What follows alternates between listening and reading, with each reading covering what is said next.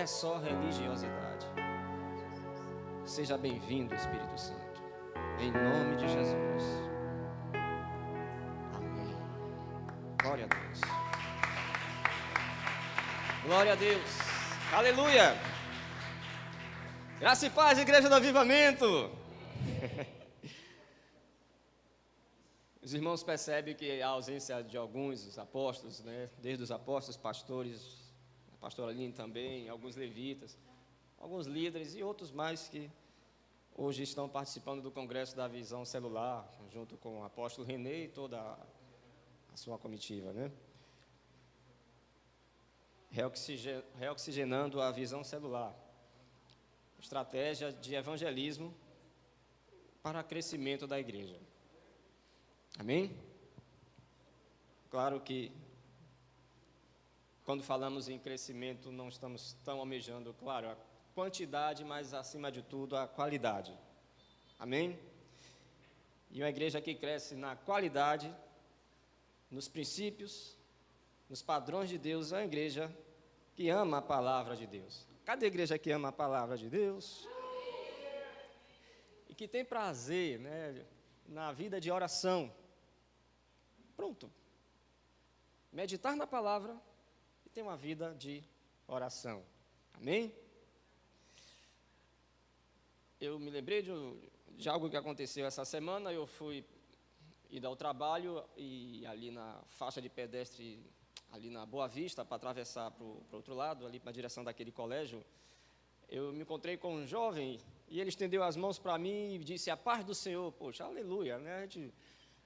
A gente não conhece toda a igreja de Cristo, né? Mas logo imagina, eu já me viu com a Bíblia na mão, eu já preguei na igreja dele, ou ele já foi lá na Manaí, não sei, mas eu estendi a mão, pronto, de pronto, a paz do Senhor, claro, quem é da paz, né?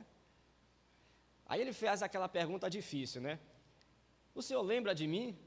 Aí tem que falar a verdade, né? E às vezes ficou, meu Deus, dizer que não, aí constrangeu o irmão. Ô irmão, me perdoe, me desculpe, mas eu não lembro de você, não.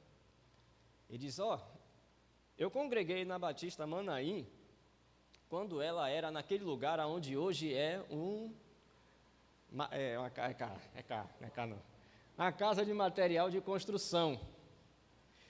Ele disse, olha, eu tinha 8 anos, isso é um homem maior que eu, né, forte, mas claro. Eu tinha 8 anos de idade e ouvia o Senhor, essa é a parte, né, e ouvia o Senhor lá pregando a palavra da fé. E olha, hoje eu tenho 23 anos, continuo congregando numa igreja batista, tal, lá não sei lá das quantas, né, e eu fiquei feliz por isso. E passei a pensar na importância e no cuidado que nós devemos dar às nossas crianças, né? Às vezes subestimamos as crianças, né? Poxa, será que ele está entendendo alguma coisa que está sendo falada? Mas a Bíblia diz que se você ensinar o seu filho no caminho, ou seja, em palavras e em ações, com exemplos, esse filho vai crescer com essa base, irmãos. Amém? Então, que Deus abençoe os seus filhos, em nome de Jesus. Com 23 anos, ele vai olhar para você, papai e mamãe, e vai dizer, obrigado, porque eu, com 8 anos de idade, eu via o Senhor e a senhora lá de joelhos, orando por mim. Olha que memória. Ações falam mais do que palavras. E que Deus abençoe a todas as crianças, né, em especial agora aqui, não sei se na cidade apenas de Salvador, na Bahia, né, no Nordeste, né?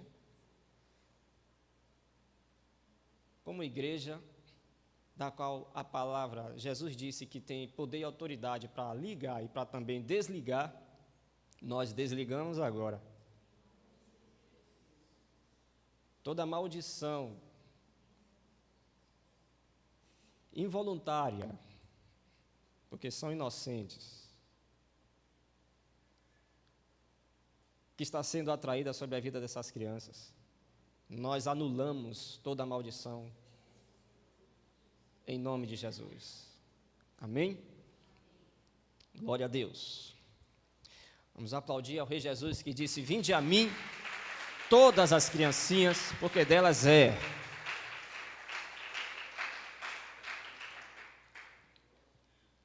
É para Jesus que essas crianças devem ser guiadas, amém? Glória a Deus. 1 Pedro, capítulo 5, versículo 6, Jonatas. Saudade de Jonatas. Versículo 6. A unção deste altar de Manaim já está em lares, Jonatas? Estamos na live? Que Deus abençoe também a tua casa, os seus filhos, em nome de Jesus. Compartilha aí para no mínimo 4 pessoas. E que a glória de Deus faça a diferença sobre ti e sobre a tua casa. E ora conosco. Versículo 6 diz assim, o apóstolo Pedro: humilhai-vos, pois, debaixo da potente mão de Deus, para que ao seu tempo vos exalte, lançando sobre ele, versículo 7, até o versículo 9, Jonas, lançando sobre ele toda a vossa ansiedade, por quê? Ei, glória, diga glória a Deus, que palavra maravilhosa. Sede sóbrios, vigiai, porque o diabo, vosso adversário, anda em derredor, como leão bramando, buscando a quem possa tragar, ao qual resistir firmes na fé, sabendo que as mesmas aflições, os mesmos sofrimentos, as mesmas tribulações, perseguições, dificuldades, problemas, se cumprem entre os vossos irmãos no mundo. Amém?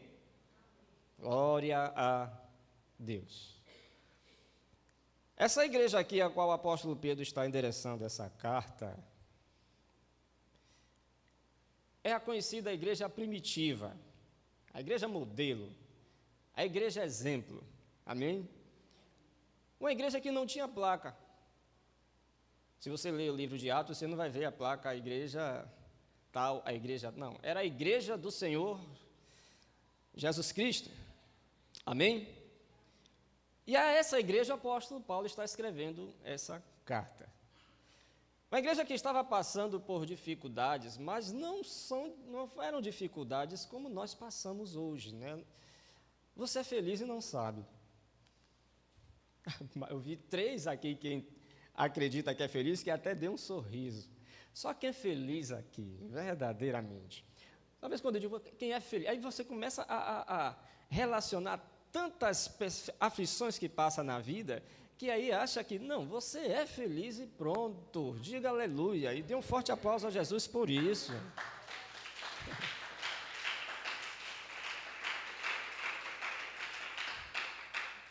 De uma vida miserável, desculpe a expressão, isso não é um palavrão, de uma desgraça de vida, de uma vida de trevas,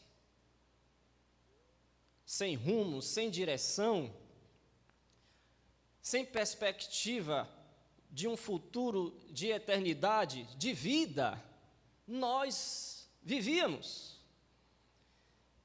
Então, hoje eu não posso, ser injusto para comigo, dizer que não sou uma pessoa feliz. Porque quantas aflições, Jesus disse, no mundo vocês vão ter aflições. Agora, em meio a essas aflições, por favor, tenha bom ânimo. É claro que o teu bom ânimo não é sempre só estar sorrindo. Amém? Mas é vencer essas aflições, passar por elas. Porque aquele que venceu este mundo é aquele que, em meio a todas essas aflições, ele também nos dará vitória. Se ele permitiu que aflições nós vivêssemos e passássemos, é porque ele estava sabendo da importância dessas aflições, do quão úteis elas são para o nosso crescimento. Então, quando eu entendo que uma aflição que eu estou passando é para o meu benefício, é para o meu crescimento, então, claro que em Cristo eu sou mais que vencedor, eu sou feliz. Amém, irmãos? Não é fácil passar por elas. mas o resultado dela é um peso de glória. O resultado dela é que eu vou sair com experiência, vou crescer, isso está me aproximando para mais perto dele. Então, ele permitiu essas aflições para que você esteja mais perto dele. E essa igreja que o apóstolo Paulo está escrevendo, a carta de 1 Pedro, é uma igreja que está passando por uma dificuldade tremenda de perseguição. Os seus bens estavam sendo confiscados.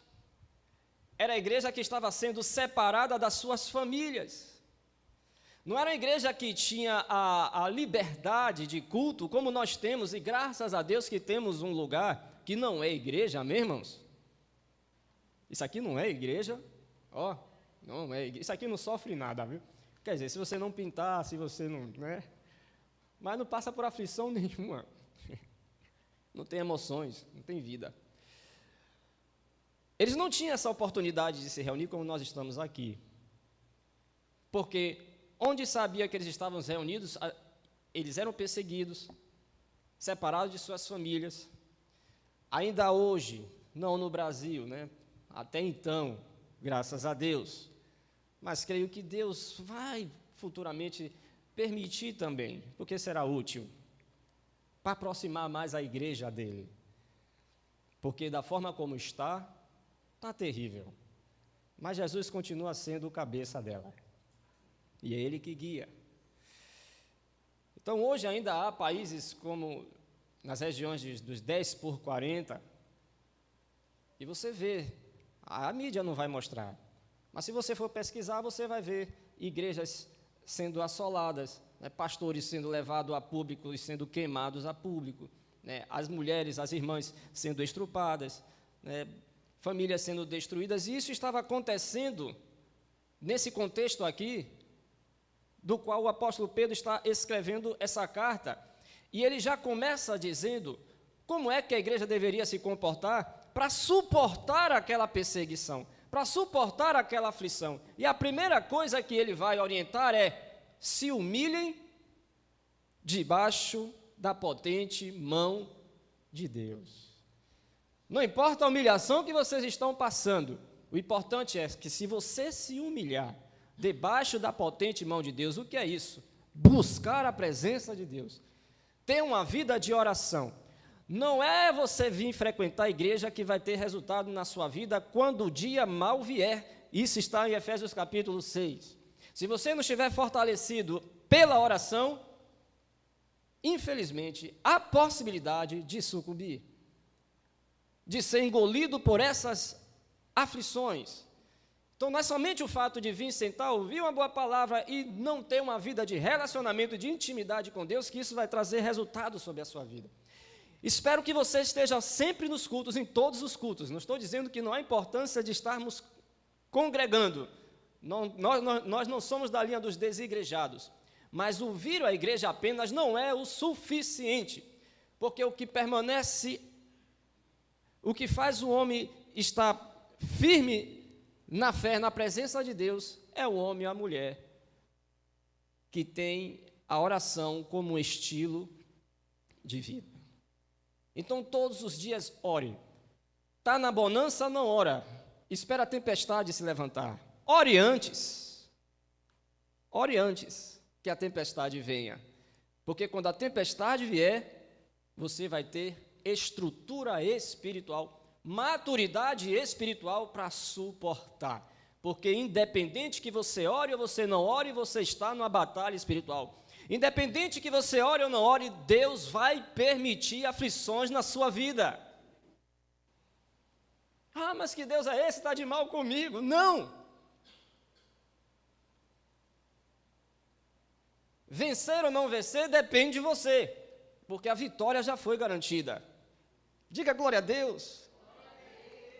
Então, qualquer guerra que futuramente, pastor Israel, qualquer guerra que futuramente, diga o seu nome, for entrar, a vitória já foi decretada. Você não vai entrar para ser vitorioso, você, antes que ela venha, você em Cristo Jesus já é. Dê um forte aplauso ao Rei Jesus.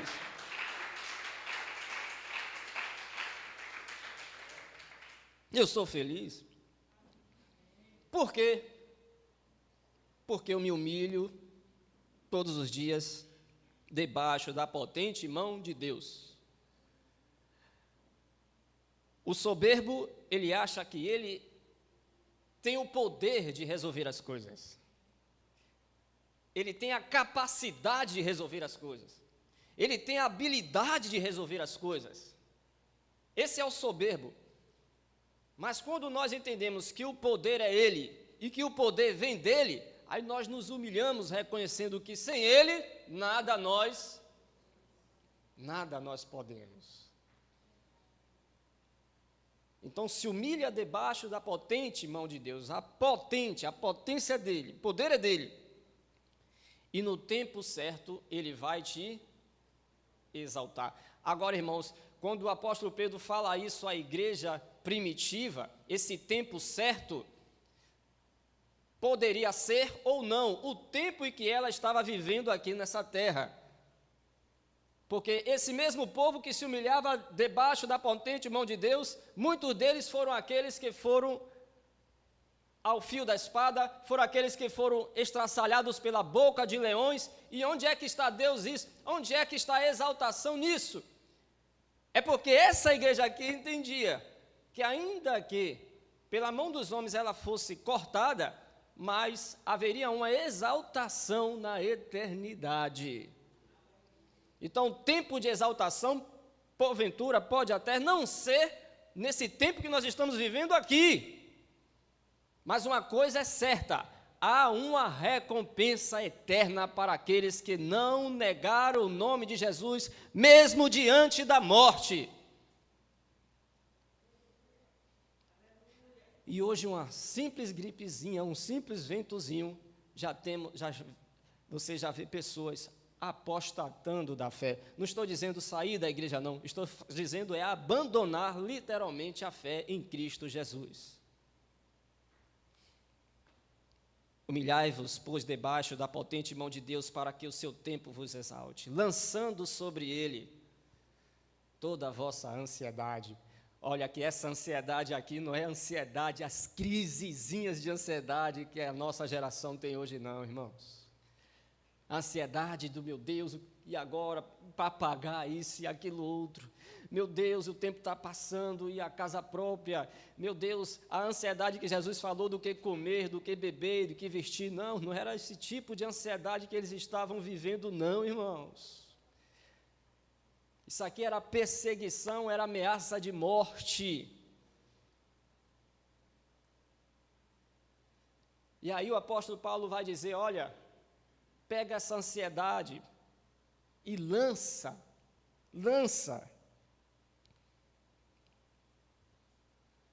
sobre ele, porque ele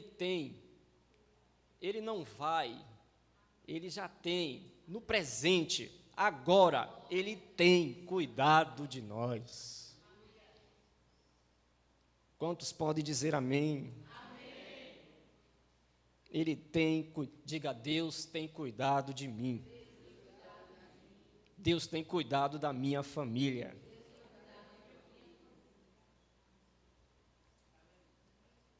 Deus tem cuidado de mim. Eu sei que você tem certeza disso. Deus tem cuidado de mim. Agora, enquanto a Deus, irmãos, o cuidado dele não falha. A sua proteção não falha. A sua provisão não falha. É constante, é agora. Amém? Agora, quanto a nós, o apóstolo Paulo vai orientar dizendo, e quanto a vocês, sejam sóbrios e vigilantes. Atenção redobrada, fiquem ligados,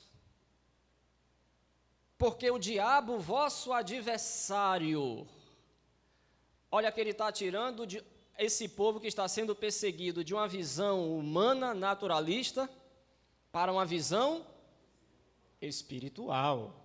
Vocês estão perseguindo, os perseguidores estão matando vocês, mas olha, o que o apóstolo Paulo diz em Efésios capítulo 6, a luta de vocês não é contra a carne nem contra o sangue, não é contra os seres humanos. Quem é o vosso adversário? Quem é que está por trás dessa perseguição? Aleluia! Porque se você tem uma visão espiritual, o que é que você vai fazer mediante uma guerra onde você tem uma visão espiritual aberta? Você vai usar as armas? Aí agora funciona. Diga glória a Deus, dê um forte aplauso ao Rei Jesus, irmãos.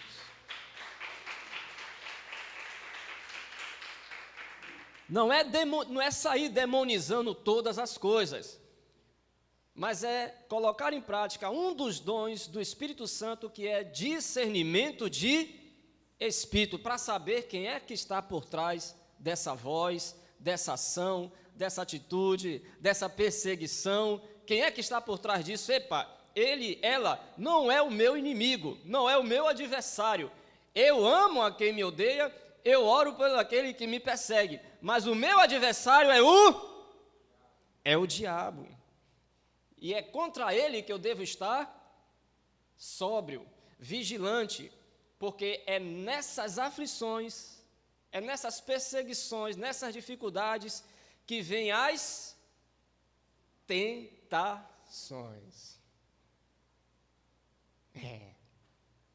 É nesse momento que, se você não tiver estrutura espiritual, você pode cair nas suas ciladas, nas suas tentações, de querer agir segundo os seus próprios pensamentos, segundo a sabedoria dos seus olhos, segundo aquilo que você aprendeu de alguém. Mulher, larga esse homem. Homem, larga essa mulher. Casamento frustrado, usou as armas carnais, foi destruído, e aí vem lhe dar o conselho de ímpio.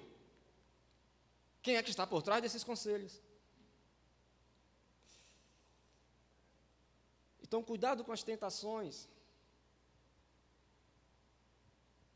Com um jeitinho brasileiro de resolver as coisas. A tentação de botar um gato. A tentação de, puxa, e agora como é que eu pago essa dívida? Espera aí que eu vou chamar o tigrinho, o devorador, vou botar umas moedinhas aí no tigrinho.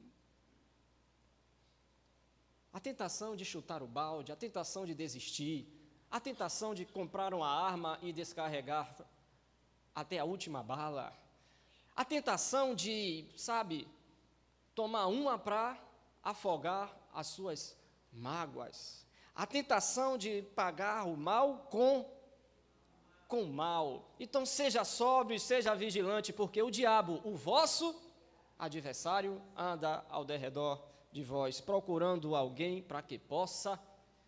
Quando ele fala de leão, que é como leão, não é o leão da tribo de Judá, mas está falando de uma força.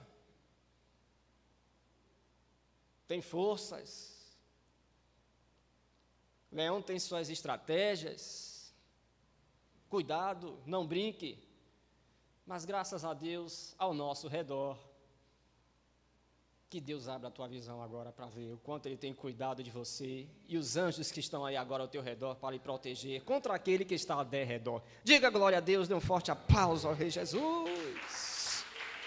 Se não fosse o Senhor por nós, ora diga Israel.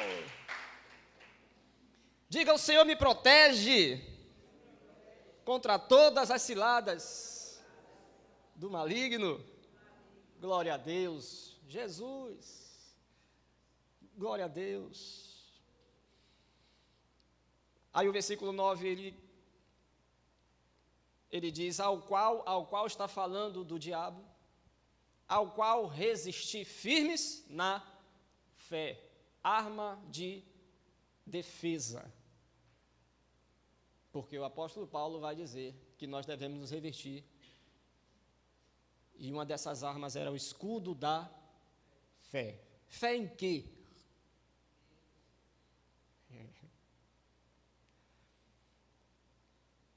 Fé no que Ele tem dito através da sua palavra. É dessa forma. Esse povo está morrendo ao fio da espada, está sendo estraçalhado pelos leões. Marte.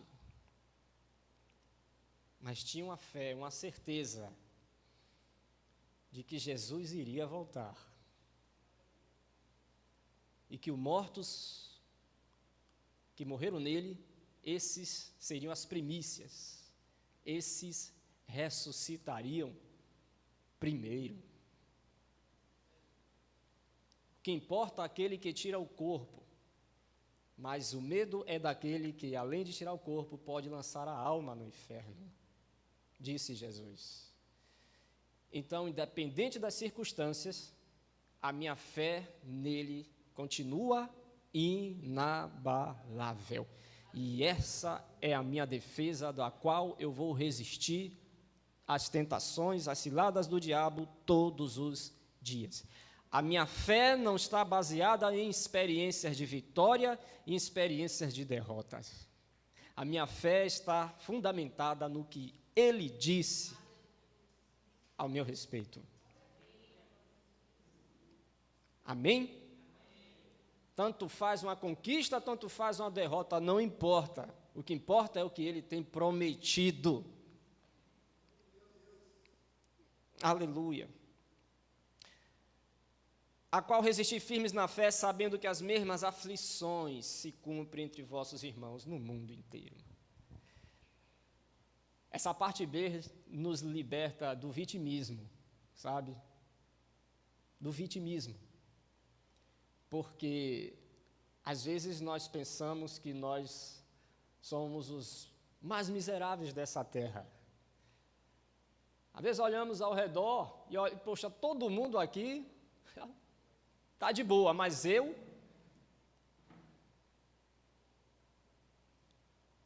Eu estive com Sofia, os irmãos soube, e agradeço a Deus mais uma vez pelas orações pela minha família. A Sofia teve uma crise de asma, a gente foi parar na UPA e a médica me disse, olha, eu nunca vi uma situação dessa aqui na UPA até hoje. A médica disse isso, Reginaldo. A médica disse isso. Me pediu até autorização para dar um sedativo, porque os medicamentos não dando resultado, acharam que era uma crise de ansiedade e me permitiu, minha filha, por favor, deixa a menina dormir. Sofia venceu o sedativo. Sofia não deixava, né, o sedativo fazer ela dormir.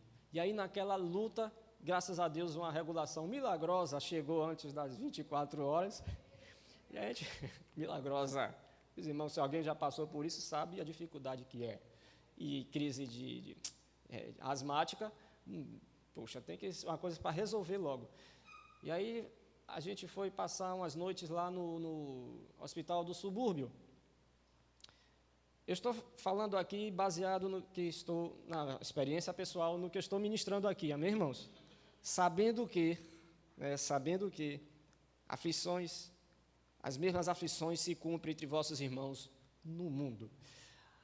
Mas quando eu cheguei lá, claro, humano apavorado, né, naquela situação, coloquei todas as reservas de fé e oração, e sabe como é, né, esperando o resultado imediato. Mas, aprove a Deus, através dos médicos, dos medicamentos, graças a Deus, Sofia, logo na segunda-feira já estava bem. Mas quando se trata de UTI, aí eu fico uma semana lá, né, vendo e ouvindo coisa. Mas logo que eu cheguei e olhei para a situação daquela sala e as crianças da forma como estava, eu vi o quanto bem eu e Sofia nós estávamos. E seria injusto dizer que eu estava passando por alguma dificuldade ao ver a situação que estava vendo ali. Mas interessante que uma mãe, ela estava comigo, porque a UTI, eu acho que é Jonatas que manuseia lá aquele ar-condicionado, né? Aí eu estava lá na sala de espera, acho que é uma sala assim de espera, né? E aí estava uma mãe lá, e essa mãe, ela já me tinha contado que o carro passou por cima do seu filhinho, e passou por cima aqui do pulmão, e perfurou o pulmão, e no momento não encontrou nenhuma vitalidade, mas logo chegaram os médicos, coisa assim, conseguiram perfurar, fizeram um tratamento lá que a criança reanimou, voltou à vida, ressuscitou literalmente, ela dizia. Só que ficou inconsciente desde o tempo em que ela estava lá, né? Então já tinha dias lá, semanas lá, com essa criança inconsciente. isso ela me falava uns dias antes. Mas nesse dia eu estava sentado ao lado dela, ela estava vendo o Salmo 91, né, do nosso irmão que faz oração, e de repente essa mãe se levantou e começou a colocar a sua fé em prática. Ela passa agora a se humilhar debaixo da potente mão de Deus e resistir às tentações das quais o diabo certamente estava lançando na mente dela, de que o filho, né, poderia morrer, isso é uma possibilidade, mas eu não sei o que viria no pensamento daquela mãe, porque o medo anula a fé. Mas essa mãe se levanta e aí começa a fazer igual como você vai fazer daqui a pouco. Ela começa a levantar e orar, do Salmo 91. Eu digo, poxa, eu estou na Manaim, né? E aí lá vai ela andando, sem se importar com as pessoas. Ela não era evangélica, mas era mulher de fé. E ela começa a colocar a sua fé em ação, baseado no que ela viu ali na oração do Salmo 91. E ela começa a orar. E eu estou cá sentado, eu digo, poxa, acho que eu vou até sair daqui para não deixar ela mais à vontade. Mas eu não queria nem saber de quem estava ao redor dela. Ela queria uma coisa, ver a mão de Deus sobre a vida do seu filho. Ela orava. Irmãos, de repente essa mulher entra e vai até a maca. Depois essa mulher retorna alegre e faz uma ligação dizendo, eu não sei o que aconteceu, porque ele fez o sinal para mim.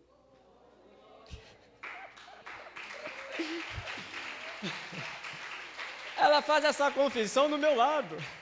Eu disse, mulher, é a sua fé que Deus ouviu e Deus honrou.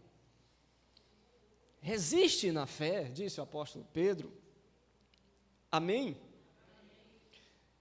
E eu sei que alguém aqui não vai confessar dizendo, eu não sei o que aconteceu.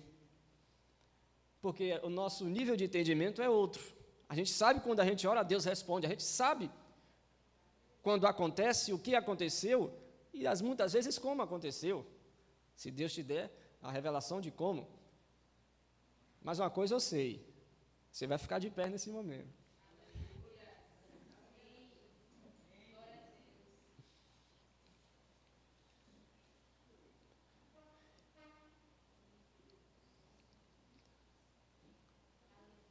Talvez o que precisa de sinal de vitalidade não seja um filho na maca. Graças a Deus, não há ninguém nessa necessidade aqui.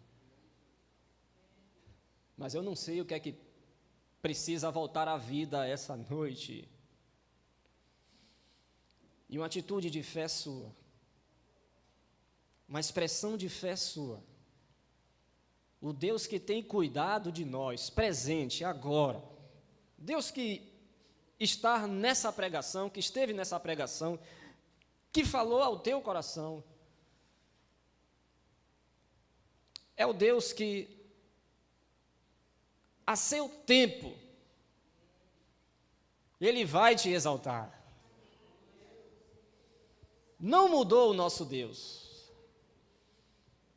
As gerações passaram, mas Ele é o mesmo ontem, hoje e será para todo sempre. Para dar graça aos humildes e resistir aos soberbos. Mas a tua presença aqui já é uma expressão de humildade, dizendo a Ele que eu reconheço que dependo de Ti. Por quantas vezes eu me vi impotente em relação à minha filha, mas uma coisa eu tinha certeza, que Deus é poderoso para fazer muito mais, além infinitamente, daquilo que nós pedimos e daquilo que nós pensamos. Então você pode fazer isso agora, igual aquela mulher, como uma louca, que não se importava quem estava ao redor dela, mas que buscava um resultado em Deus, ela orou. E a oração tocou Deus, falou com Deus, e fez com que Deus trouxesse de imediato a sua resposta. Eu queria colocar um fundo, louvor, alguma coisa nesse momento, e a igreja começa a orar. Em nome do Senhor Jesus Cristo. Lá naquela sala não tinha louvor, não tinha levita, não tinha som, não tinha pastor, tinha algo que é mais importante, tinha fé. Tinha fé. Igual aquela mulher que tocou nele e disse, filha, a tua fé te salvou. Por causa da tua fé você foi curado, por causa da tua fé, por causa da tua fé. É por causa da tua fé que você resiste ao diabo agora e ele foge de você. Em nome de Jesus. Aleluia. Levanta a tua voz, creia. Essa é a sua oportunidade. Aleluia, há resultado quando o homem e quando a mulher de Deus ora. Oh, aleluia, aleluia, aleluia. Deus Todo-Poderoso, aleluia. Oh, glória a Deus. Aleluia. Estamos nesta hora, Senhor Deus, lançando sobre Ti toda a nossa ansiedade, a nossa preocupação, Senhor. Nós não precisamos de sedativos para descansar em Teus braços, ó Deus, para esperar na Tua provisão. Vem em socorro a este homem, a esta mulher que expressa a sua fé agora, Pai, através dessa súplica, através desta petição, através dessa oração. Eu te peço, Espírito Santo, venha intervir com poder e glória, em nome de Jesus.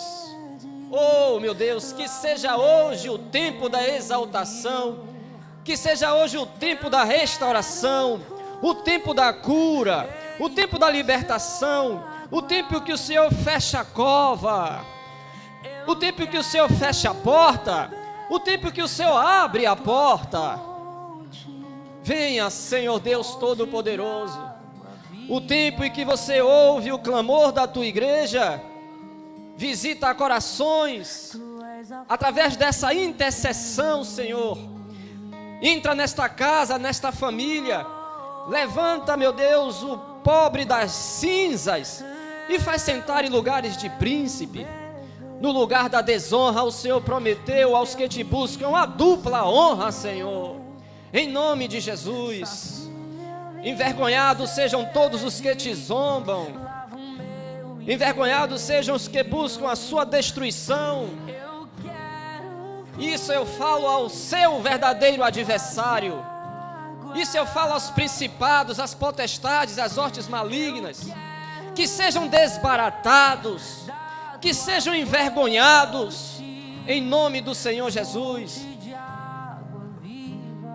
Que o rosto do poderoso Deus brilhe sobre ti. Que o Senhor enche as tuas bocas de bens. Em nome de Jesus, levante a tua voz, erga-se em oração. Aquela mulher não orou por alguns segundos, não. Por alguns minutos, não. Ela sabia que naquele momento todo o recurso que ela tinha era buscar a Deus no nível de fé que ela tinha. Não precisa ser uma oração